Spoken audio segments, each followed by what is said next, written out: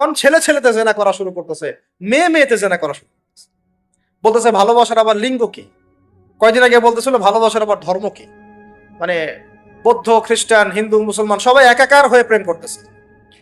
আর একটা এজেন্ডা ভিতরে চলতেছে, আমি অনেকদিন খোলামেলা বলেছি, মুসলিম মেয়েদের ইজ্জত নেওয়ার একটা পায়তারা চলতেছে ভিতরে ভিতরে। মুসলিম মেয়েদেরকে ফুসলিয়ে ফাসলিয়ে প্রেমের ফাঁদে ফেলে ইজ্জত নষ্ট করে গর্ভে বাচ্চা দিয়ে চলে যাবে, এর নাম দিয়েছে লাভ জিহাদ। আপনারা এগুলো ঘাটাঘাটি করেন, মুসলিম মেয়েদেরকে খুব সতর্ক রাখবেন বাসায়। আপনার মেয়ে, আপনার বোন, আপনার স্ত্রী, এদেরকে খুবই সতর্ক রাখবেন, কোন অবস্থাতেই যেন এদেরকে এগুলো স্পর্শ করতে না পারে। একবার ইজ্জত চলে গেলে আর কোনোদিন ফিরে আসবে না ভাই। আরো তো কি বলতে গেলে তো এগুলো বললে শেষ করা যাচ্ছে না। এরপরে আবার আসছে এখন নতুন ফিতনা কি, যে না ভাই আমি মনে মনে ছেলে না, আমি মনে মনে আবার মেয়ে। না, বাইরে বাইরে ছেলে, মনে মনে আবার মেয়ে। এরা আবার এখন কি করতেছে দেখতেই তো পারতেছেন কি হচ্ছে। এভাবে আরো একটা 10 বছর মেয়াদী পরিকল্পনা গ্রহণ করছে, 10 বছরে যেন বাংলাদেশে এদের সংখ্যা আরো বেড়ে যায়। 10 বছর, এই যে বললাম 1993 আগে যেমন জেনার হারটা একটু কম ছিল, কিছুটা হলেও কম ছিল, যতদিন থেকে এইসব দিবস পালন করা শুরু হলো জেনা বেড়ে গেল। ওই যে 20 বছর 25 বছরে এই জায়গায় আসলো। এখন যদি এইভাবে চলতে থাকে, আগামী 20 বছর পর কোন জেনারেশন আসবে আল্লাহ ভালো জানে। আর তখন এই বাংলাদেশের উপর কোন গজব আসতে পারে আল্লাহ পাক ভালো জানে। আল্লাহর গজব চলে আসলে কোনো ন্যাটো আর কোনো জাতিসংঘ আর কোনো পশ্চিমা সভ্যতা আর কোনো মিত্র রাষ্ট্র কেউই বাঁচাতে পারবে না, কেউ না। এই সহজ কথাটা আমরা বুঝতে চেষ্টা করতেছি না। আল্লাহ পাক আমাদেরকে তওবা করে ফিরে আসার তৌফিক দান। এইগুলো চলতেছে, অথচ সবচেয়ে বেশি ভালোবাসেন, মহব্বত করেন আমাদেরকে আমাদের রব। কে ভালোবাসে আমাদেরকে? আল্লাহ ছাড়া আসলে ভালোটা বাসেই বাকে। আমরা যে পবিত্র সম্পর্কের কথাও বললাম, এই যে স্বামী স্ত্রীর সম্পর্ক, স্বামী স্ত্রীর মধ্যে মহব্বত, পবিত্র সম্পর্ক, এটা হালাল, বৈধ। আল্লাহ পাক বৈধতা দিয়েছেন, কারণ আমাদের প্রবৃত্তির চাহিদা আছে। এই চাহিদা পূরণের জন্য আল্লাহ পাক আমাদেরকে হালালভাবে বিয়ে করতে বলেছেন। সমাজ বিয়েটাকে কঠিন করে ফেললো আর জেনাটাকে সহজ করে ফেললো। বিয়ে কঠিন হয়ে গেল, এরা এখন বিয়ে করতে পারবে না চাইলে। 21 বছর না, 20 বছর বয়স হলে সে বিয়ে করতে পারবে না। 20 বছর একটা ছেলে আগামীকাল এই তথাকথিত ভালোবাসা দিবস পালন করতে পারবে, জেনা করতে পারবে। কেউ বলার কিছু নাই, কেউ বলার নাই, কেউ দেখার নাই। চলছে, মানে এভাবেই চলছে। সমুদ্রের পানিতে ভেসে গেছি আমরা। একটা মেয়ের বয়স 17 বছর, সে কালকে জেনা করবে। অগণিত মেয়ে কালকে 17 বছরের মেয়ে জেনা করতে পারে, আল্লাহ হেফাজত করুন। কিন্তু এখন বিয়ে করতে পারবে না। বিয়ে করতে গেলে সমস্যা। তাহলে চিন্তা করেন, পয়সার এক পিঠ যদি আপনি দেখান, অপর পিঠ দেখতে হবে। এক পিঠে যদি এই সমস্যা হয়, অপর পিঠে কি পড়তে সেটা দেখতে হবে, আমাকে বুঝতে হবে। বিয়ে কঠিন হয়ে গেল, জেনা সহজ হয়ে গেল। আবার বাসায় ধরেন একটা পুরুষের সামর্থ্য আছে, চাহিদাও বেশি, সামর্থ্য আছে অনেক, চাহিদাও বেশি। সমাজে বিধবা মেয়ে পড়ে আছে, তালাকপ্রাপ্ত মেয়ে পড়ে আছে, এতিম মেয়ে পড়ে আছে, বিয়ে করার মানুষ নাই। এখন সমাজে যদি কোনো সৎ পুরুষ একাধিক বিয়ে করে, তাকে সমাজে বাঁকা চোখে দেখা হয়। কিন্তু এই পুরুষে যদি বিয়ে না করে বাইরে আরো 10টা মেয়ের সাথে অকাম কুকাম করে, তাকে কিচ্ছু বলা হবে। বলেছি আমি, কোরআন একদিকে, সুন্নত একদিকে, ইসলাম একদিকে, সমাজ, এই সমাজের তাকদির খারাপ। এভাবেই নবী সাল্লাল্লাহু আলাইহি ওয়াসাল্লাম পেরেশান ছিলেন কিভাবে সমাজের মানুষকে ফেরানো যায়। আজকে আমরাও পেরেশান। আল্লাহ পাক সবার আগে আমাকে ইসলাহ দান করেন, আমার পরিবারকে দান করেন, আমাদের প্রত্যেক দিনই ভাই বোনকে দান। তো এখন কথা হচ্ছে, এগুলো চলছে আমাদের চোখের সামনেই। কিন্তু দেখেন প্রিয় ভাইয়েরা, আল্লাহ পাক শাস্তি বলেছেন 100 বেত্রাঘাত। কেউ যদি আবার বিবাহিত হয়ে এই কাজ করে, জেনা করে, তাহলে তার শাস্তি কি বলেছেন? বলা হয়েছে কোমর পর্যন্ত মাটিতে পুঁতে ফেলে তাকে পাথর নিক্ষেপ করে হত্যা করতে হবে। এটা কোরআন এবং হাদিসের শাস্তি। আর আমরা কি করছি দেখেন।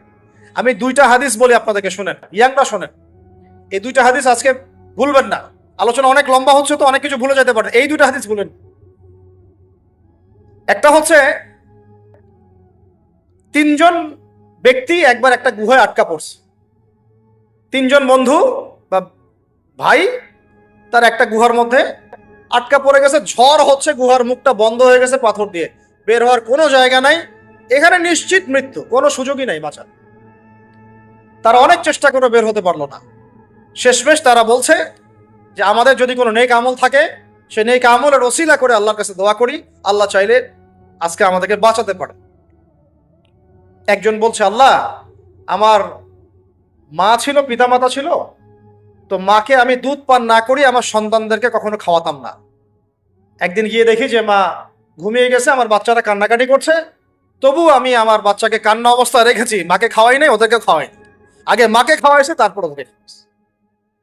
আজকে ঘরে ঘরে মাদের সাথে কি আচরণ দেখেন, কি একটা অবস্থা দেখেন সমাজে, কি প্রজন্ম তৈরি করেছেন। মারা এখন বৃদ্ধাশ্রমে চলে যাচ্ছে, শিক্ষিত মা, তাই না? মায়ের পায়ের নিচে আপনার জান্নাত। আর এটাও একটা ব্যাপার যে যে মায়েরা আবার হাজরা আলাইহিস সালামের মতো হবেন না, যে মায়েরা সারা আলাইহিস সালামের মতো হবেন না, আয়েশা খাদিজা রাদিয়াল্লাহু আনহুমা তাদের মতো হবেন না, তো আপনাদের গর্ভ থেকে তো এর চেয়ে ভালো সন্তান আশা করা যায় না। সমস্যা সব দিকে আছে, আছে না? তো ও এই দোয়া করার সাথে সাথে একটু সরে গেল, আল্লাহর পক্ষ থেকে এই পাথরটা একটু সরে গেল, কিন্তু বের হওয়ার জন্য এনাফ না। এরপরে আরেকজন দোয়া করছে যে আল্লাহ, আমার একজন কর্মচারী ছিল, টাকা পাইতো আমার কাছে কিছু, তো সে একদিন বেতন না নিয়ে চলে গেছে, টাকাটা দিয়ে আমি কিছু পশু কিনেছি, মানে গবাদি পশু। এই গবাদি পশু 2টা থেকে 4টা, 4টা থেকে 8টা হতে হতে অনেকগুলো হয়েছে। একদিন অনেক দিন পর সে আসছে, এসে বলছে আমার টাকা দাও। সে বলছে যে এই সবগুলো পশু তোমার, নিয়ে যাও। তুমি কি ইয়ারকি ফাজলামি করতেছো আমার সাথে? আমার টাকা আমাকে দাও। না, ইয়ারকি ফাজলামি করতেছি না, এটা তোমার টাকা দিয়ে কেনা ছিল, সবগুলো বংশবৃদ্ধি হতে হতে আজকে এই অবস্থা। আল্লাহ তোমার সন্তুষ্টির জন্য যদি এই কাজ করে থাকে, আল্লাহ আজকে আমাকে এই বিপদ থেকে বাঁচাও। পাহাড়ের মুখ থেকে পাথরটা একটু সরে গেল, বের হওয়ার জন্য যথেষ্ট না। তৃতীয় ব্যক্তি, আমি এইটাই বলতে যাচ্ছিলাম, ইয়াংরা শোনেন ভালো করে। তৃতীয় ব্যক্তি সেজদায় পড়ে আল্লাহকে বলছে, হাত তুলে আল্লাহকে বলছে, আল্লাহ আমার একজন খুব সুন্দরী চাচাতো বোন ছিল, কাজিন, আমি তাকে পাইতে চাইতাম। বুঝেন না, পাইতে চাইতাম মানে কি? তাকে পেতে চাইতাম, অফার করতাম, সে রাজি হয় না, হয় না, হয় না। একদিন সে বলল যে 100 স্বর্ণ মুদ্রা দিতে পারলে আমি রাজি, 100 স্বর্ণ মুদ্রা দিতে পারলে আমি রাজি। এখন তো এদেরকে স্বর্ণ মুদ্রাও দেওয়া লাগে না, এমনিই রাজি নাকি? জেনা করার জন্য কি এমনিই রাজি? খালি একটু, আসলে সত্যি কথা বলতে কি, একটা মেয়ে যদি চায় যে আমি আমার ইজ্জত ধরে রাখবো, কোনো ছেলের ক্ষমতা নাই সেই ইজ্জত নষ্ট করো। এটাই সত্য কথা। আমার স্ত্রী এই কথাটা খুব মানে জোরালো ভাবে আমাকে বলে, আমি যখন রাস্তায় হাঁটবো, আমি যদি চাই, তাহলে কোনো ছেলে আমার কাছে ঘেঁষতে পারবে না, আমি সুযোগ দিলে তখন ঘেঁষতে পারবে। একটা মেয়ে যদি চায় যে একটা ছেলে আমার সাথে ইটিস পিটিস করুক, সে ছেলে করবেই করবে। একটা মেয়ে যদি চায় যে একটা ছেলে আমার পর্যন্ত আসতে পারবে না, আমি আমার ব্যক্তিত্ব গায়রত বজায় রাখবো, আমি ডিস্টেন্স মেনটেন করবো, আমি কোনো সুযোগ দিব না, ছেলে সুযোগ পাবে না কখনো। এত সহজ না। সর্বোচ্চ তখন কি করতে পারে, ধরে 10 জন মিলে ধরে ওকে জোর করে তার সাথে কিছু করতে পারে। ওরকম কিছু করলে তো আল্লাহর গজব নেমে আসবে। ওই যে সারা আলাইহিস সালামকে তুলে নিয়ে গিয়েছিলেন একটা বাদশা, মনে নেই আপনাদের? সারা আলাইহিস সালামকে একটা বাদশা এরকম উঠাই নিয়ে আসছে। আর সারা আলাইহিস সালাম সবচেয়ে সুন্দরী মেয়েদের একজন ছিলেন পৃথিবীর ইতিহাসে, ইব্রাহিম আলাইহিস সালামের স্ত্রী। তখন তিনি হাত বাড়াচ্ছে তার দিকে ধরার জন্য, আর সারা আলাইহিস সালাম তখন বলছে, দাঁড়ান, আমাকে 2 রাকাত নামাজ পড়তে দেন। 2 রাকাত নামাজ পড়ে তিনি আল্লাহর কাছে হাত তুলে বলে, আল্লাহ তুমি জানো আমি আমার সতীত্ব, আমার ইজ্জত, আমার সম্মান আমার স্বামী ছাড়া আর কারোর সামনে কখনো প্রদর্শন করি নাই। আজকে এই জালেমের হাত থেকে আল্লাহ তুমি আমাকে বাঁচাও। ওই দিকে ইব্রাহিম আলাইহিস সালাম নামাজে দাঁড়িয়ে গেছে। ওই জালেম বাদশা যখনই হাত বাড়ায়, হাত অবশ হয়ে যায়, মাথা ঘুরে পড়ে যায়। 3বার 4বার চেষ্টা করেছে, তারপর পারে নাই। শেষে বলেছে, তোমরা আমার কাছে কাকে নিয়ে আসছো, নিয়ে যাও একে আমার সামনে থেকে। পরে উল্টা হাজরা আলাইহিস সালামকে হাদিয়া সহ দিয়ে পাঠাই দিছে। একটা মেয়ে চাইলে তার ইজ্জত সম্মান এভাবে রক্ষা করতে পারে। তোমরা জেনায় ছেলেরা লিপ্ত করেছে, কারণ তোমরা চেয়েছো বলেই করতে পারছো। তুমি ফিতনা না ছড়াতা, তুমি বেহায়ের মতো বাইরে বের না হতা, তুমি তোমার চুল ফলানো রাখতা, তুমি তোমার পোশাক ঠিক রাখতা, তোমার কথা ঠিক রাখতা, তোমার কথার মধ্যে মানে শক্তি রাখতা, মিষ্টি মিষ্টি প্রলোভন দিতা না, বাইকের পিছনে বসতা না, চটপটে ফুচকা খাইতা না, এখানে ওখানে আড্ডা মারতা না, কোন ছেলে তোমার কাছে আসতে পারত না। তোমরা এই কাজ করেছো, ছেলে আসতে পেরেছে। আপনারা তো কিছু হইলে ছেলেদেরকেই দোষ দেন, ছেলেরা তো এমনি আকর্ষিত হবেই। আমি একজন ছেলে হিসেবে বলতেছি এটা না তো বিষয়টা। একটা ছেলের ফিতরত এটা, যে তার কাছে সবচেয়ে সুন্দর মনে হবে একটা মেয়েকে। এটা একটা ছেলের ফিতরত, স্বভাব ধর্ম, এটা চুম্বকের মতো আকর্ষণ করবে। আর এর উপর যখন আপনি এটাকে ফ্রি অ্যাক্সেস করে দিবেন, লাইসেন্স করে দিবেন, বেপর্দায় বের হবে, গায়ের জামা কাপড়ের ঠিক নাই, হ্যাঁ, তারপর কথাবার্তা মিষ্টি মিষ্টি, প্রলোভিত টানতেছে, সিডিউস করতেছে, তখন তো একটা ছেলে মানে মিসগাইডেড হইতেই পারো, স্বাভাবিক। ছেলেরও দোষ আছে, কিন্তু অবশ্যই এখানে মেয়েরও দোষ আছে।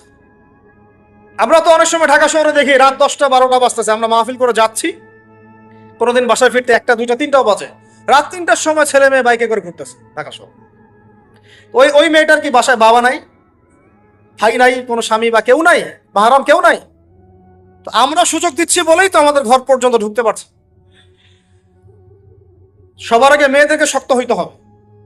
আর মেয়ের বাবা যারা, আমি তো নিজেও মেয়ের বাবা, আমরা বাচ্চাদের সাথে সময় কাটাই আর ভাবি যা কি যে হবে ভবিষ্যতে আল্লাহ ভালো জানে, কিভাবে মেয়েকে মানুষ করব, কিভাবে সতীত্ব রক্ষা করবে আমাদের মেয়েরা, যা চলতেছে। যাই হোক, ওই জায়গায় আসেন, ওই ছেলেটা তখন 100 স্বর্ণমুদ্রা অর্জন করেছে, কষ্ট করে আর্ন করেছে, যে আপনাদেরকে বলে যে নিজের পায়ে দাঁড়াও তারপরে তোমার সাথে রাজি। সে অনেক কষ্ট করে 100 স্বর্ণমুদ্রা অর্জন করে মেয়ের কাছে গিয়েছে, চাচাতো বোনকে বলেছে যে স্বর্ণমুদ্রা নাও, এখন বলো তুমি রাজি না রাজি না। সে মেয়ে বলছে হ্যাঁ ঠিক আছে। তো এখন দুজনের মধ্যে যা হওয়ার তাই হচ্ছে, অ্যাডাল্ট আপনারা সবাই বুঝেন। কিন্তু এখন মূল যে কাজটা, স্বামী স্ত্রীর যে মূল মিলন, এই মিলনটা করার জন্যে সেই ছেলেটা বসছে। হাদিসের মধ্যে আসছে এভাবে, 2 পায়ের মাঝখানে বসে পড়ছে ছেলেটা, এখনই জাস্ট শুরু করবে।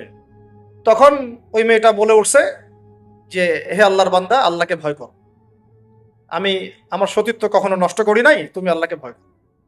এই কথাটা যখনই বলছে তখন ওই ছেলের মনের মধ্যে এমন ভাবে একটা রিয়াকশন জন্ম নিয়েছে, আল্লাহর পক্ষ থেকে এমন একটা নূর আর হেদায়েত চলে আসছে, ওই অবস্থা থেকে ছেলেটা উঠে চলে গেছে এবং স্বর্ণমুদ্রাও দিয়ে দিচ্ছে, যে স্বর্ণমুদ্রাও আমার দরকার যা। এবার সেই গুহার মধ্যে বন্দি অবস্থায় আল্লাহর কাছে হাত তুলে দোয়া করতেছে, আল্লাহ তুমি যদি জানো ওই কাজটা আমি তোমার সন্তুষ্টির জন্য করেছিলাম, আজকে আমাকে এই সাক্ষাৎ এই মওতের হাত থেকে বাঁচাও। সাথে সাথে এই পাহাড় পাথর সরে গেছে। এই হাদিসটা আমি এই কারণে বললাম, যদি আপনি আমি জেনা থেকে বেঁচে থাকতে পারি, ইনশাআল্লাহ তাআলা আল্লাহ পাক সাক্ষাৎ মৃত্যুর মতো এই আযাব থেকেও, বিপদ থেকেও আল্লাহ বাঁচাতে পারে। এটা একটা হাদিস, সবাই মনে রাখবেন। দ্বিতীয় একটা বলি, এটা আমাদের সব বিবাহিতদের জন্য। আজকে তো বিবাহিতরাও অভাব নাই।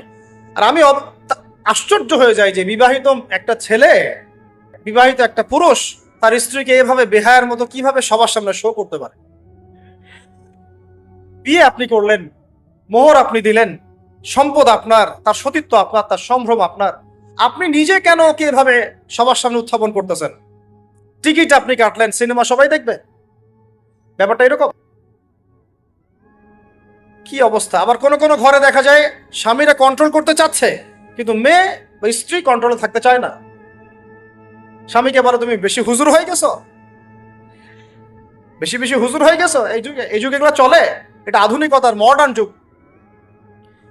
এই করতে করতে আমাদের সমাজে পরকীয়া ছড়ায় পড়ছে। এখন এই পরকীয়া বলতে কি হাদিসটা কথা মাথায় আসছে।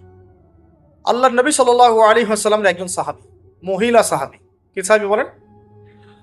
এরকম ঘটনা 2-1টা ঘটেছে, আমি একটা বলতেছি এখানে।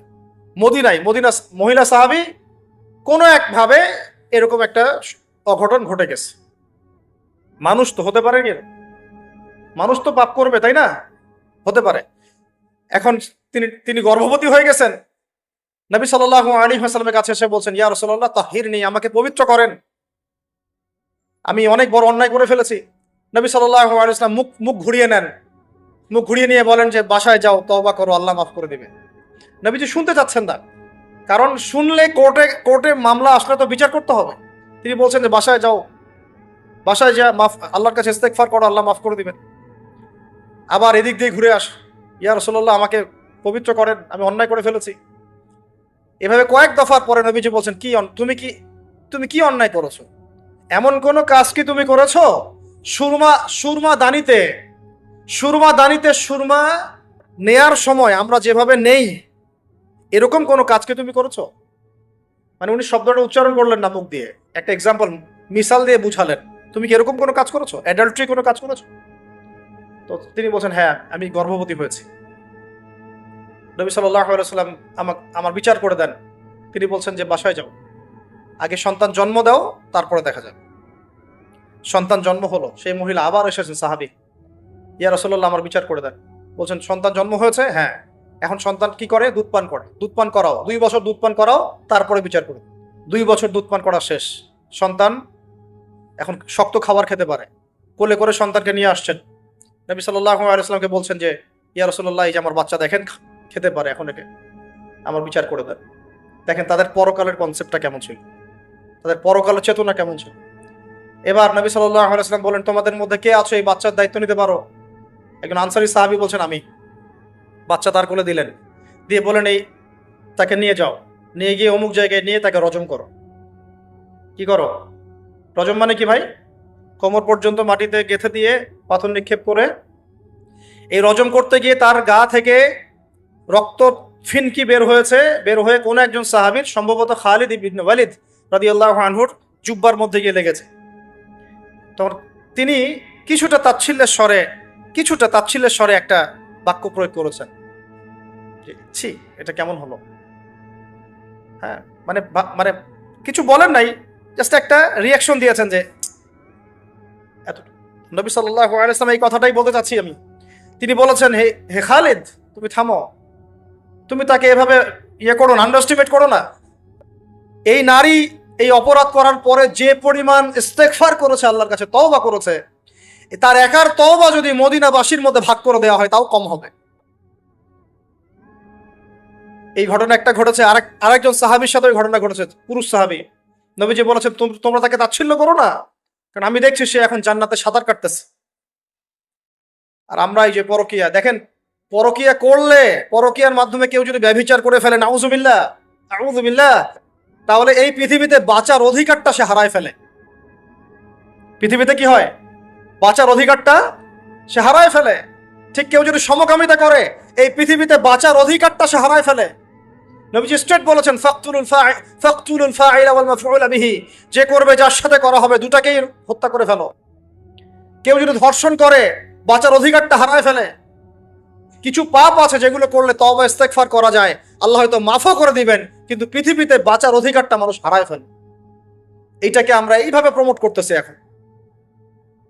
কে কে এগুলো নিয়ে মানে ফিকির করে? এখন মনে করে যে এটা তো আধুনিকতা।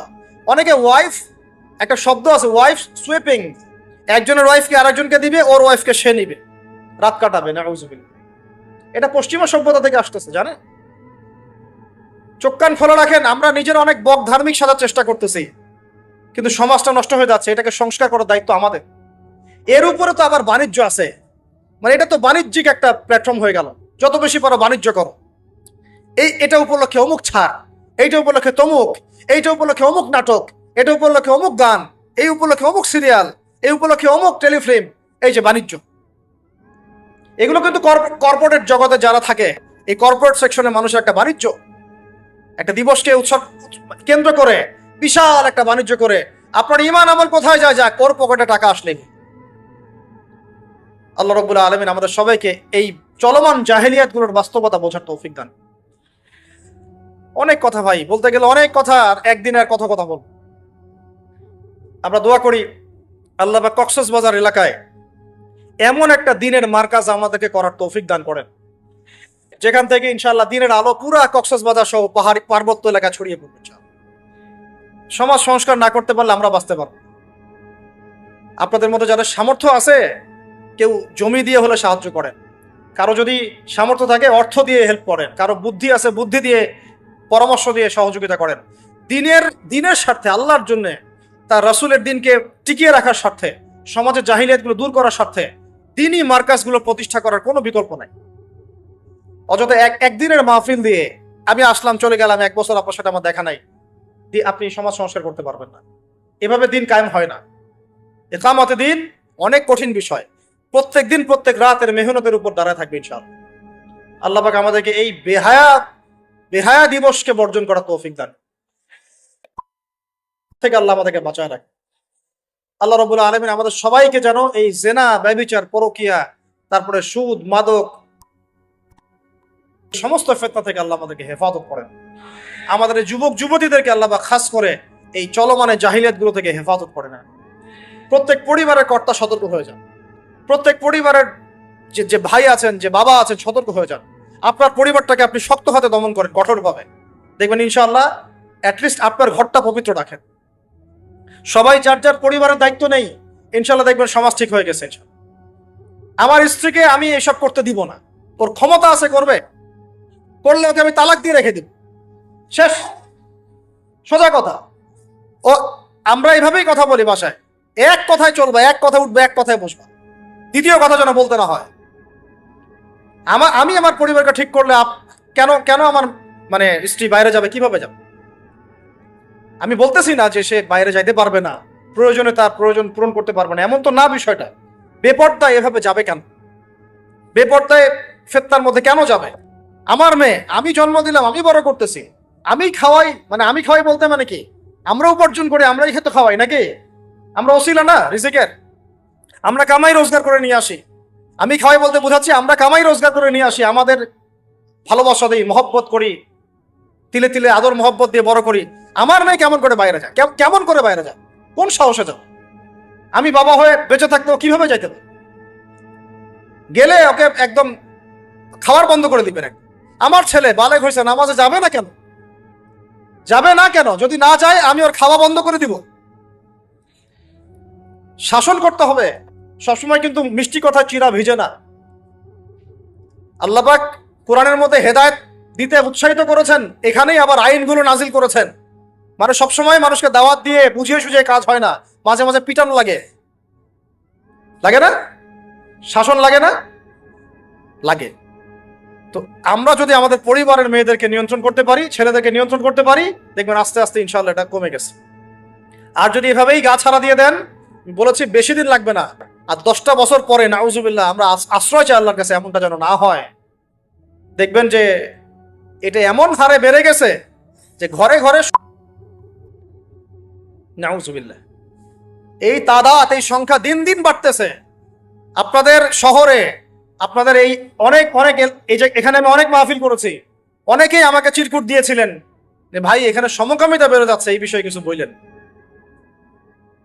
চিন্তা করেন, ভিতরে ভিতরে এগুলো চলতেছে, হোটেলে হোটেলে চলতেছে।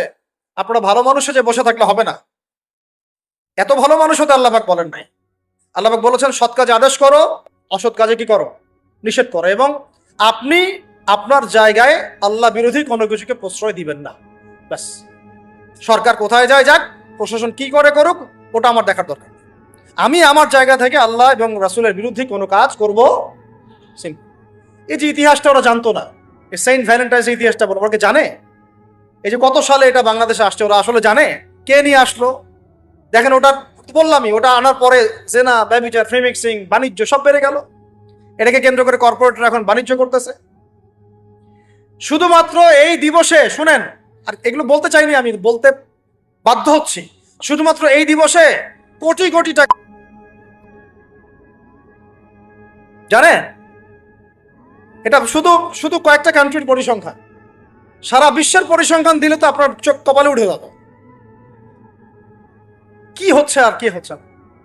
যেখানে আল্লাহ রাব্বুল আলামিন বলছেন চোখ নিচু করো, কাছেও চেও না, ওটা তো কোরআনে পড়ে থাকলোই, ওটাকে লঙ্ঘন করে জেনা হচ্ছে, ব্যভিচার হচ্ছে, অবৈধ সম্পর্ক হচ্ছে, প্রচুর ধর্ষণ হবে কালকে। আর ধর্ষণ হলে আমি বলবো শুধু ছেলেটা দায়ী না, মেয়েরাও দায়ী আছে। তোমাকে মাহরাম ছাড়া কে বের হইতে বলছে? মাহরাম ছাড়া একটা মেয়ের হজ ফরজ না। মনে করেন আপনার ঘরে একজন মহিলা আছেন যার মাহরাম নাই, তার উপর হজই ফরজ হয় নাই। মাহরাম ছাড়া যার হজই ফরজ হয় না, তাকে মাহরাম ছাড়া এভাবে হোটেলে একটা ছেলের সাথে বাইকে যেতে কে বলছে? বলেন, মাহরাম ছাড়া একটা মেয়ের সফর জায়েজ নাই, হজও জায়েজ নাই, হজ করার দরকারই নাই, সে ঘরে থাকবে, ওইটাই তার জন্য বেশি গুরুত্বপূর্ণ, ওটাই হুকুম আল্লাহ পাকের। আর সে মাহরাম ছাড়া এইভাবে এখানে ওখানে ঘুরে বেড়াবে, ছেলের সাথে আড্ডাবাজি করবে, টাঙ্কি মারবে, চটপটে ফুচকা খাবে, এরপর 4-5টা ছেলে মিলে ওকে ধর্ষণ করে দিলে সব ছেলে দোষ ওই ছেলের উপর আসবে? আমার তো মন চায় যে প্রথমে আগে এই মেয়েগুলোকে শায়েস্তা করে। হ্যাঁ, ছেলেগুলোকে তো করবোই, আগে মেয়েগুলোকে করে। শুধুমাত্র ওয়াজ নসিহত করে কাজ হবে না, সবাইকে কঠোর হতে হবে। আপনি আমাকে বলেন তো দেখি, আপনার মেয়ে কোনো একটা ছেলের সাথে অবৈধ সম্পর্ক করেছে, আপনি কি এটা মেনে নিবেন? আপনারা যে কেউ হন, এখানে অনেক প্রশাসনের ভাই আছেন আমি জানি, ঊর্ধ্বতন কর্মকর্তাও আছে এখানে, আমি জানি। এখানে আমার লেকচার রেকর্ড হচ্ছে, এটা আমি জানি।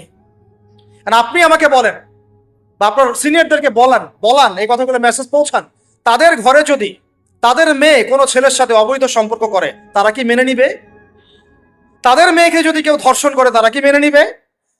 আপনার ছেলেটা যদি সমকামী হয়, আপনি কি মেনে নিবেন? আপনার বাসায় যদি কালকে একটা ছেলে এসে বলে যে, আপনার মেয়ে এসে বলে যে বাবা আমি ওকে ভালোবাসি, ওর সাথে বিয়ে করার আগে আমি যৌন সম্পর্ক করে ফেলছি, আপনি কি মেনে নিবেন? আপনি যদি জানতে পারেন কালকে আপনার মেয়ে গর্ভবতী হয়ে গেছে, আপনি কি মেনে নিবেন? আপনি যদি জানেন কালকে আপনার ছেলে আপনাকে এসে বলছে বাবা আমি একটা ছেলেকে নিয়ে আসছি, ও ছেলেটা আসলে বাইরে ছেলে, ভিতরে ভিতরে মেয়ে, তাই আমরা বিয়ে করে ফেলছি, আপনি কি মেনে নেবেন? তো এটা নবী সাল্লাল্লাহু আলাইহি ওয়াসাল্লামের ফিলোসফি ছিল। একজন সাহাবী এসে বলেছিলেন, ইয়া রাসূলুল্লাহ আমি ইসলামের সব মানতে প্রস্তুত আছি, খালি আমাকে জিনা করার অনুমতি দেন না। সাহাবীরা রাগ হয়ে গেছেন, এই কার সাথে কি কথা বলো, বেয়াদবি করতে। নবী সাল্লাল্লাহু আলাইহি ওয়াসাল্লাম বললেন দাঁড়াও, দেখো তাকে ছাড়ো, আমি বুঝাচ্ছি। নবীজি তখন বললেন, দেখো তুমি যে প্রস্তাবটা আমাকে দিলা, ইসলামের সব তোমার ভালো লাগে কিন্তু জেনা করতে চাও, তো এখন বলো তো দেখি, তোমার মায়ের সাথে কেউ যদি এমন করে তুমি কি রাজি হবা? সে বলছে না। তোমার খালার সাথে করলে না, তোমার বোনের সাথে না, তোমার স্ত্রীর সাথে না, তাহলে যেটা তুমি অন্যের ক্ষেত্রে চাচ্ছ না, পছন্দ করো না, সেটা কেন তুমি তোমার ক্ষেত্রে চাচ্ছ? এভাবে চিন্তা করলে আমাদের আর কথা বলার দরকার আছে? আল্লাহ পাক আমাদের সবাইকে কথাগুলো বোঝার তৌফিক দান। এখন শেষ করে দিচ্ছি এই পয়েন্ট থেকে। দেখেন, আমাদেরকে সবচেয়ে ভালোবাসেন আমাদের রব আল্লাহ। সত্যিকারের ভালোবাসার ডেফিনেশনটা হচ্ছে যে আপনি নিঃস্বার্থভাবে কাউকে ভালোবাসেন। আমাদের আশপাশে যারা আছে, যারা হালাল, ইভেন হালাল, আমার মা, আমার বোন, আমার বাবা, আমার স্ত্রী, আমার ছেলে, আমার মেয়ে, এদেরও যদি কখনো স্বার্থে আঘাত পড়ে, দেখবেন সেও আপনার পাশ থেকে সরে যাচ্ছে। এমন হয়নি কখনো? আপনার বন্ধু, আপনার ব্যবসার পার্টনার, আপনার বস, আপনার কলিগ, ওদের স্বার্থে আঘাত হলে ওরাও সরে যাচ্ছে পাশ থেকে, জিগরি দোষ সরে গেল পাশ থেকে, হয় না এমন? ভালোবাসা দুই প্রকার, বলেন কয় প্রকার? আমার সাথে বলেন, এখানে শেষ করে দিব 10টা মিনিট। ভালোবাসা কয় প্রকার? একটা হচ্ছে নিঃস্বার্থ ভালোবাসা। কি স্বার্থ? কোনো স্বার্থ নাই, নিঃস্বার্থভাবে ভালোবাসা। একটা হচ্ছে কোনো না কোনো স্বার্থ জড়িত আছে এমন ভালোবাসা। আপনার স্ত্রীর চাহিদাও যদি আপনি পূরণ করতে ব্যর্থ হন, দেখবেন স্ত্রীর সাথে আপনার গন্ডগোল লেগে যাচ্ছে, যদিও সে হালাল বৈধ, তাই না? এমন হয় না অনেক সময়? আমি তো অনেকদিন বলেছি, অনেকদিন আগেও বলেছি, 5 বছর 6 বছর আগে, যে মানুষ আসলেই মানুষের অবস্থানকে মূল্যায়ন করে, ভিতর থেকে মানুষকে শুধু মূল্যায়ন করে আল্লাহ রাব্বুল আলামিন। না হলে কি হতো, এই যে এত অন্যায় আমরা করেছি, আল্লাহ পাক কি আমাদেরকে ছেড়ে দিয়েছেন, ফেলে দিয়েছেন, গজবে ধ্বংস করে দিয়েছেন? এই যে আল্লাহ পাক যে আমাদেরকে মহব্বত করেন, ভালোবাসেন, তার প্রমাণ এগুলো। আল্লাহ পাক চান যে আমরা যেন ফিরে আসি। আল্লাহ পাক বলছেন, সারা দুনিয়ার সমান গুনাহও যদি সে করে ফেলে, আসমানের সমানও গুনাহ করে ফেলে, খালি তওবা করে ফিরে আল্লাহকে বলবে আস্তাগফিরুল্লাহাল্লাযী লা ইলাহা ইল্লা হুয়াল হাইয়ুল কাইয়্যুম ওয়া আতুবু ইলাইহি। আল্লাহ পাক বলছেন, খালেস তওবা করলে গুনাহ তো মাফ করে দিবই, আগের গুনাহগুলোকে নেকি দিয়ে পরিবর্তন করে দিবে। না ভালোবাসা না? আল্লাহ পাক সৃষ্টি করেছেন আমাদেরকে ভালোবেসে। কোরআন খোলেন, সূরা সদ পড়েন, সূরা সদের মধ্যে দেখবেন আল্লাহ বলছেন, খালাকতু বিয়াদি মা মানাআকা আল্লা তাসজুদা খালাকতু বিয়াদাই, মানে তুমি ইবলিস কেন তাকে সিজদা করলা না যাকে আমি নিজ হাতে সৃষ্টি করেছি? এটা মহব্বতের বহিঃপ্রকাশ না? আল্লাহ আমাদেরকে নিজ হাতে সৃষ্টি করেছেন। আল্লাহ পাকের হাত কেমন এটা আমরা ব্যাখ্যা করতে যাব না, হাতের অর্থ কি সেটাও ব্যাখ্যা করার, তাউইল করার দরকার নাই। কোরআনে আসছে যেভাবে সেভাবে আমরা ঈমান রাখবো, ঠিক আছে ভাই? এখানে আবার অনেক তালগোল পাকায় ফেলে এবং বিভ্রান্ত হয়ে যায়, এদিকে যাওয়ার দরকার নাই। এখানে বোঝানো হচ্ছে আল্লাহ রাব্বুল আলামিন আমাদেরকে মহব্বত করে সৃষ্টি করছে। এই পুরো সৃষ্টি জগৎটাই তো আল্লাহর মহব্বতের বহিঃপ্রকাশ। সবকিছু এত নিপুণ ভাবে চলতেছে, এটা মহব্বতের বহিঃপ্রকাশ না? আমি আপনাদেরকে নিয়ে যদি কোনোদিন কক্সবাজারের সৈকতে তারা দেখাতে পারতাম, তাহলে আমি বুঝাইতে পারতাম আপনাদেরকে যে এই মহাবিশ্বটা টিকে আছে কিভাবে। তারার মধ্যে একটা গাণিতিক ক্যালকুলেশন আছে যেটা সবাই জানে না। যারা একটু অ্যাস্ট্রোনমি নিয়ে পড়াশোনা করেছে তারা জানে। আপনার মানে মাথার বিবেকই উল্টায় যাবে যে এত সূক্ষ্মভাবে কিভাবে আল্লাহ রাব্বুল আলামিন এই মহাবিশ্ব সৃষ্টি করলেন। এক চুল এদিক ওদিক হলে পুরো বিশ্ব কায়নাত ধ্বংস হয়ে যায়। এটা কি আল্লাহ পাকের মহব্বতের পরিপ্রকাশ না? আল্লাহ পাক তো বরং বলেছেন পুরো সৃষ্টি পরিবারটাই আল্লাহর আহাল, আল্লাহর পরিবারের অন্তর্ভুক্ত। সুবহান। এমনকি আল্লাহ পাক আমাদেরকে বলেছেন তোমরা জমিনবাসীর সবার উপর রহম করো। ইরহামু মান ফিল আরদ ইয়ারহামুকুম মান ফিস সামা। তোমরা সবার উপর রহম করো, দয়া করো। দয়া রহম এটা তো মহব্বতের একটা অংশ। তোমরা সবার উপর দয়া করো, রহম করো, মহব্বত করো। এটা কি হবে? তাহলে আল্লাহ পাক আসমানে যিনি আছেন আল্লাহ পাক তোমাদের উপর রহম করবেন। আমরা সেই মহান সত্তার ভালোবাসার থেকে বের হয়ে হারাম এই যৌন ভালোবাসার দিকে যাওয়ার চেষ্টা করছি। আসলে এটা ভালোবাসা না, যৌনতা, এর দিকে যাওয়ার জন্য এইসব করছি। আল্লাহ পাক আমাদেরকে মাফ করে যেন হেদায়েত দান করে। আল্লাহ পাক কত ভালোবাসেন এটা নিয়ে বলতে গেলে আজকে রাত শেষ হবে। দেখেন আল্লাহ রাব্বুল আলামিন আদম আলাইহিস সালামকে সৃষ্টি করেছেন, করে সমস্ত নাম শিক্ষা দিয়েছেন। নাম মানে হলো ইলম। নাম মানে কি? ভালো নাম আসলে আল্লাহ পাক কাউকে সবচেয়ে সেরা কিছু দান করেন। সূরা ৩ আল্লাহ পাক কি বলেছেন? ওয়া তিন ওয়া যাইতুন, এগুলো শপথ করে লাকাদ খালাকনাল ইনসানা ফি আহসানি তাকওয়িম। মানুষকে সবচেয়ে শ্রেষ্ঠ কাঠামো আল্লাহ পাক দিয়েছে, দেন নাই? তো কাউকে যদি মহব্বত না করা হয় তাকে আপনি সবচেয়ে সেরাটা কি দিতে পারবেন? আল্লাহ পাক আমাদেরকে মহব্বত করেন, ভালোবাসেন, এবং আল্লাহ চান আমরাও যেন তাকে মহব্বত করি, তাকে ভালোবাসি। এবং আমরা যদি কাউকে ভালোবাসি আল্লাহর জন্য ভালোবাসবো, কাউকে ঘৃণা করি আল্লাহর জন্য ঘৃণা করি। মহব্বত আল্লাহর জন্য, ঘৃণাও কার জন্য? আল্লাহর জন্য। আল্লাহ পাক সমস্ত ইলম শিক্ষা দিলেন, এটা কি ভালোবাসার বহিঃপ্রকাশ না? নূহ আলাইহিস সালামের কওম দীর্ঘদিন আল্লাহর কথা শুনে না, আল্লাহ পাক সবর করলেন, ধৈর্য ধরলেন, গজব দিলেন না, শেষ পর্যায়ে গিয়ে আযাব দিয়েছেন। এই যে আল্লাহ পাক সুযোগ দেন, সময় দেন, এটা কি আল্লাহ পাকের ভালোবাসা, দয়া না? এরকম প্রত্যেকটা কওমের ক্ষেত্রে হয়েছে। আমি তো ফিল করলাম এই ভালোবাসা নিয়ে ঘাটাঘাটি করতে গিয়ে যে আসলে আল্লাহ পাক যে আমাদেরকে সবচেয়ে বেশি মহব্বত করেন তার সবচেয়ে বড় নিদর্শন কি জানেন? আমাদের কাছে আল্লাহ রাব্বুল আলামিন আল কোরআনের মতো কিতাব নাযিল করেছেন, আর আমাদেরকে আল্লাহ পাক নবী মুহাম্মদ সাল্লাল্লাহু আলাইহি ওয়াসাল্লামের উম্মত বানাইছেন। আল্লাহ পাক যে নবী মুহাম্মদ সাল্লাল্লাহু আলাইহি ওয়াসাল্লামকে এই দুনিয়াতে পাঠিয়েছেন না, এটাই সবচেয়ে বড় মহব্বত, সবচেয়ে বড় রহমত। কারণ তার সুন্নতে এমন কিছু নাই যেটা আপনি খুঁজে পাবেন না। আর তিনি আমাদেরকে যে মহব্বত করতেন, মুহাম্মদ সাল্লাল্লাহু আলাইহি ওয়াসাল্লাম আমাদেরকে যে মহব্বত করতেন, তিনি আমাদেরকে বলতেন যে আমরা তার ভাই। আমরা তার কি ভাই? মানে কি মায়ের পেটের ভাই? এটা বোঝানো হয় না। একটা হাদিসে তিনি বলেছেন আমি তো পিতৃতুল্য। তার মানে কি সত্যি সত্যি বাবা সন্তানের সম্পর্ক? রুহানি পিতা। তিনি কি ইমাম নন? তিনি ইমাম, তিনি নেতা, তিনি আমাদের শিক্ষক, তিনি নবী। তো তিনি আমাদেরকে যে মহব্বত করতেন, তিনি একদিন বলছিলেন নবী সাহাবীদের সামনে, কাশ আমি যদি আমার ভাইদেরকে দেখতে পেতাম। সাহাবীরা বলছেন ইয়া রাসূলুল্লাহ আমরা কি আপনার ভাই না? তখন নবীজি বলছেন না, তোমরা আমার সাহাবী। আমার ভাই তারা যারা আমাকে না দেখেই আমার প্রতি ঈমান নিয়ে আসবে। আর তিনি আমাদেরকে মহব্বত করেন না? তিনটা দোয়া করার সুযোগ দিয়েছেন আল্লাহ পাক প্রত্যেক নবীকেই, সব নবীকে। এই অনেকে বলে 1,24,000, কেউ 2,24,000 বলে, সংখ্যাটা কত আল্লাহ ভালো জানে। প্রত্যেক নবীকে আল্লাহ পাক তিনটা দোয়া করার সুযোগ দিয়েছেন। কয়টা ভাই? সবাই দুনিয়াতেই তিনটা দোয়া করে ফেলছে। নবী সাল্লাল্লাহু আলাইহি ওয়াসাল্লাম স্পেশাল একটা দোয়া, ভুল বললাম, এখানে একটু ভুল হয়ে গেছে। তিনটা দোয়া না, প্রত্যেক নবীকে আল্লাহ পাক একটা দোয়া করার চান্স দিয়েছে। কয়টা ভাই? এমন একটা দোয়া যেটা করলে আল্লাহ পাক কবুল করবেনই করবেন। করলে আল্লাহ পাক কি করবেন? অবশ্যই কবুল করবেন। নবী সাল্লাল্লাহু আলাইহি ওয়াসাল্লাম বলছেন যে সমস্ত নবী এই দোয়াটা পৃথিবীতে করে ফেলেছে। আমি এই দোয়াটাকে মুলতবি রেখেছি যে কাল কিয়ামতের মাঠে আমি আমার উম্মতের জন্য সুপারিশ করব ইনশাআল্লাহ। এবং নবী সাল্লাল্লাহু আলাইহি ওয়াসাল্লামের সুপারিশে বহু কবিরা গুনাহগার মুসলমান যারা জাহান্নামের ফয়সালা হয়ে গেছে তাদেরকে আল্লাহ পাক কিছুটা শাস্তি ভোগ করালে হলেও আবার জান্নাতে নিয়ে আসবে। তো তিনি আমাদেরকে মহব্বত করেন না? করতেন না? চিন্তা করে তাহলে আমরা তার দিনকে কি মহব্বত করলাম, আমরা তার হুকুম হাকামের বিধিবিধান সুন্নতের কি মহব্বত করলাম, চিন্তা করেন।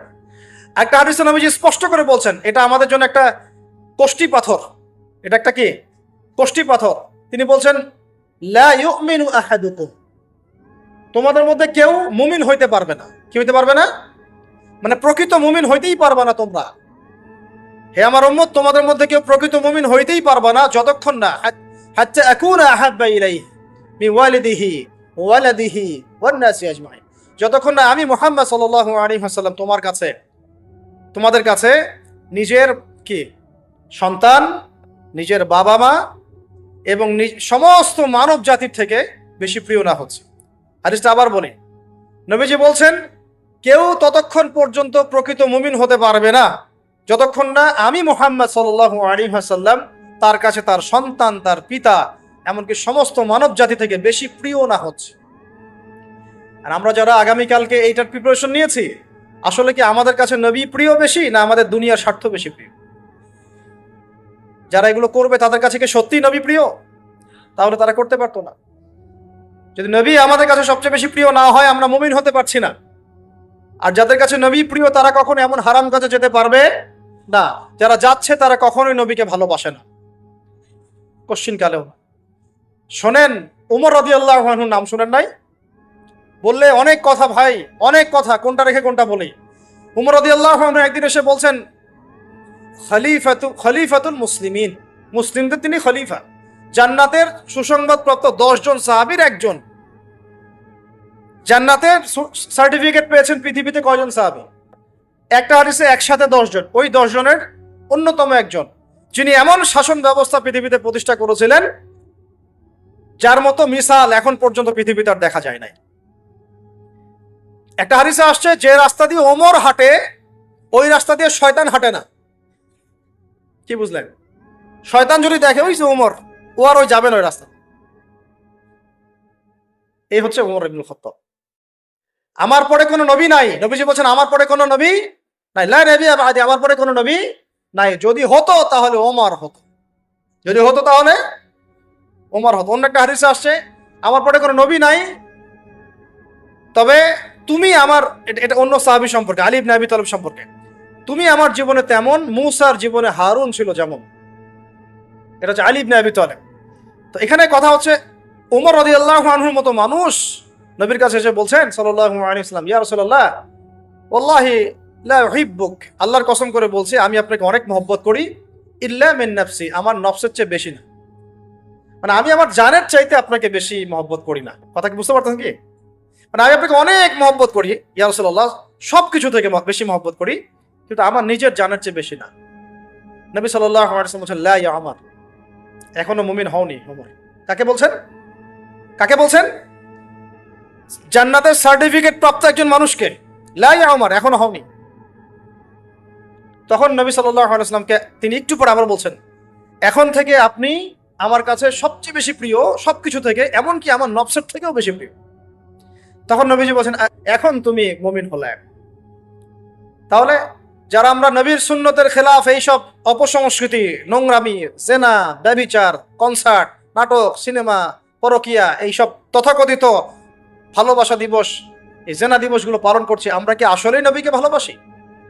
আমরা কি সত্যি আল্লাহকে ভালোবাসি? আল্লাহ পাক আমাদেরকে বোঝার তৌফিক দান করেন না, জাহিলিয়াত থেকে ফিরে আসার তৌফিক দান। এরকম প্রচুর ঘটনা। ভালোবাসা তো এগুলোর নাম। ভালোবাসা কাকে বলে জানেন? সাহাবীরা বাসায় যেতেন, আবার দৌড় দিয়ে আসতেন নবী সাল্লাল্লাহু আলাইহি ওয়াসাল্লামের চেহারাটা একটু দেখার জন্য। এটা নাম ভালোবাসা। আপনারা যদি উমরা করতে চান, হজ করতে চান, দেখবেন বারবার আপনার নবীর রওজায় গিয়ে সালাম দিতে মন চাইবে, যে আরেকবার দেখা করে আসি, আরেকটু দেখা করে আসি, আরেকবার সালাম দিয়ে আসি। ভালোবাসা, কোন স্বার্থ আছে এখানে? নবী সাল্লাল্লাহু আলাইহি ওয়াসাল্লাম কি আমাদের কাছে কোনো স্বার্থ দাবি করেছেন? আল্লাহ করেছেন? এগুলো ভালোবাসা। এই ভালোবাসা হলো প্রকৃত ভালোবাসা। আর এগুলো যেটা চলছে এটা হচ্ছে যৌনতা। এগুলো কি চলছে? যৌনতা। ভালোবাসার নাম দিয়েছে এখন যৌনতা। এগুলো ভালোবাসা না, এগুলো পাশবিকতা, প্রবৃত্তির দাসত্ব। প্রবৃত্তি মানে মন যা চায় তাই করতে চাচ্ছে। আপনার মন চাইছে একটা মেয়ের সাথে রাত কাটাবেন, এটাকে আপনি ভালোবাসা নাম দিলেন, কিন্তু এটা হচ্ছে ভালোবাসা না, এটা কি প্রবৃত্তি, পশুত্ব, দাসত্ব, পশুত্বের দাসত্ব করছেন। আল্লাহ পাক আমাদেরকে কথাগুলো বোঝার তৌফিক দান। এরকম সাহাবীরা কত ত্যাগ করেছেন। তালহা রাদিয়াল্লাহু আনহুর নাম শুনেন না অনেকেই। নবী সাল্লাল্লাহু আলাইহি ওয়াসাল্লাম উহুদ যুদ্ধের দিন সংকটময় একটা অবস্থায় ছিলেন। তালহা রাদিয়াল্লাহু আনহু একা নবী সাল্লাল্লাহু আলাইহি ওয়াসাল্লামকে ঢাল হিসেবে পিঠ পেতে দিয়ে আসেন, উনার দিকে কোনো তীর যেন আসতে না পারে। শেষে দেখা গেল তার গায়ের মধ্যে 40 থেকে 50টা তরবারের আঘাত আছে, তীরের খোঁচা আছে, বর্ষার খোঁচা আছে। এই অবস্থায় তিনি নবীকে কাঁধের মধ্যে নিয়ে উহুদ পাহাড়ে উঠেছেন, নবীকে সেভ করার জন্য। এটা ভালোবাসা। এটা কি? কোন স্বার্থে? কিসের স্বার্থে? দুনিয়ার স্বার্থে? জান্নাতের স্বার্থে। একজন সাহাবী বাড়ি নির্মাণ করেছেন, তো নবী সাল্লাল্লাহু আলাইহি ওয়াসাল্লাম দেখে একটু খালি, মানে হয় না, তুমি কে, কার বাড়ি এটা? বললেন আচ্ছা অমুক সাহাবীর বাড়ি। নবীজি একটু ভ্রু কুঞ্চিত করলেন, পছন্দ করলেন না, কিছু মুখে বলেন নাই, মুখে কিছু বলেন নাই, খালি একটু অসন্তুষ্ট হয়েছেন, এক্সপ্রেশন দেখতে বোঝা যাচ্ছে। তখন ওই সাহাবীকে জানানো হলো, তোমার বাসার সামন দিয়ে তো আল্লাহর নবী সেদিন হেঁটে গেলেন, তারপরে আমার বাসা দেখে, তোমার বাসা দেখে আল্লাহ নবী সাল্লাল্লাহু আলাইহি ওয়াসাল্লাম তো অসন্তুষ্টি প্রকাশ করেছেন, মুখে কিছু বলেন নাই, এক্সপ্রেশন ছিল একটু অসন্তুষ্টিমূলক। 3 দিনের মধ্যে সেই বাড়ি ভেঙে গুড়িয়ে দিয়েছে। যেই বাসা দেখে আল্লাহ নবী সন্তুষ্ট হন না, আমি বাসা রাখবই না। ভালোবাসা কিসের জন্য? কার জন্য? কার স্বার্থে বলেন? আল্লাহর জন্য, জান্নাতের জন্য, আল্লাহর স্বার্থে, আল্লাহর জন্য। কতগুলো বলে শেষ করবো আপনাদেরকে। সাদ বিন আবি ওয়াক্কাস রাদিয়াল্লাহু আনহু উহুদ যুদ্ধের দিন এইরকম করে তীর নিক্ষেপ করছেন। আল্লাহ নবী বলছেন, ইয়া সাদ, হে সাদ, তীর ছুড়ো, তোমার জন্য আমার পিতামাতা কুরবান হোক। আশপাশে 9 জন ছিল, তার মধ্যে একজন করে শহীদ হতে শেষে 2 জন বেঁচে থাকলো, সাদ বিন আবি ওয়াক্কাস, তালহা বিন উবাইদুল্লাহ রাদিয়াল্লাহু। এগুলো তারা কেন করেছেন? ভালোবাসার জন্য। ভালোবাসা এগুলোর নাম। কতগুলা বললে শেষ করবো আপনাদেরকে, বলেন। নবী সাল্লাল্লাহু আলাইহি ওয়াসাল্লামের কাছে একজন সাহাবী আসেন ইসলাম কবুল করতে এসে হাতের মধ্যে কিছু বালা আংটি থাকে না, এগুলো ছিল, এগুলো খুলে ফেলে দিয়েছেন নবী সাল্লাল্লাহু আলাইহি ওয়াসাল্লাম, খুলে ফেলে দিয়েছেন। তো একটা খুব দামি সোনার আংটি ছিল, ফেলে দেওয়ার পরে অনেকে বলছে তুমি তখন মুসলিম হয়েছো, ইসলাম কবুল করেছো, তো আচ্ছা ঠিক আছে, ওইটা না হয় নবীজি পড়তে নিষেধ করেছেন, তুমি ওইটা নিয়ে বিক্রি করে দাও, বিক্রি করে না হয় ওই টাকা দিয়ে অন্য কিছু করো। তিনি বলছেন কখনো না, আমার হাত থেকে আল্লাহ নবী খুলে একটা জিনিস ফেলে দিয়েছেন, আমি সেটা আবার নিতে যাব? কিসের জন্য এগুলা? এটা ভালোবাসা, মহব্বত। আল্লাহ পাক এটাই কোরআনে বলছেন যে কুল, আপনি হে নবী আপনি বলে দিন, ইন কুনতুম তুহিব্বুন আল্লাহ, তোমরা যদি আল্লাহকে মহব্বত করেই থাকো, আল্লাহকে সত্যিকার অর্থে ভালোবেসেই থাকো, ভালোবাসা দাবি করেই থাকো, ফাত্তাবিউনি, তাহলে নবীর আনুগত্য করো, ইউহিব্বুকুমুল্লাহ, তখন আল্লাহ তোমাদেরকে ভালোবাসবে, ওয়া ইয়াগফির লাকুম যুনুবাকুম, তোমাদের সব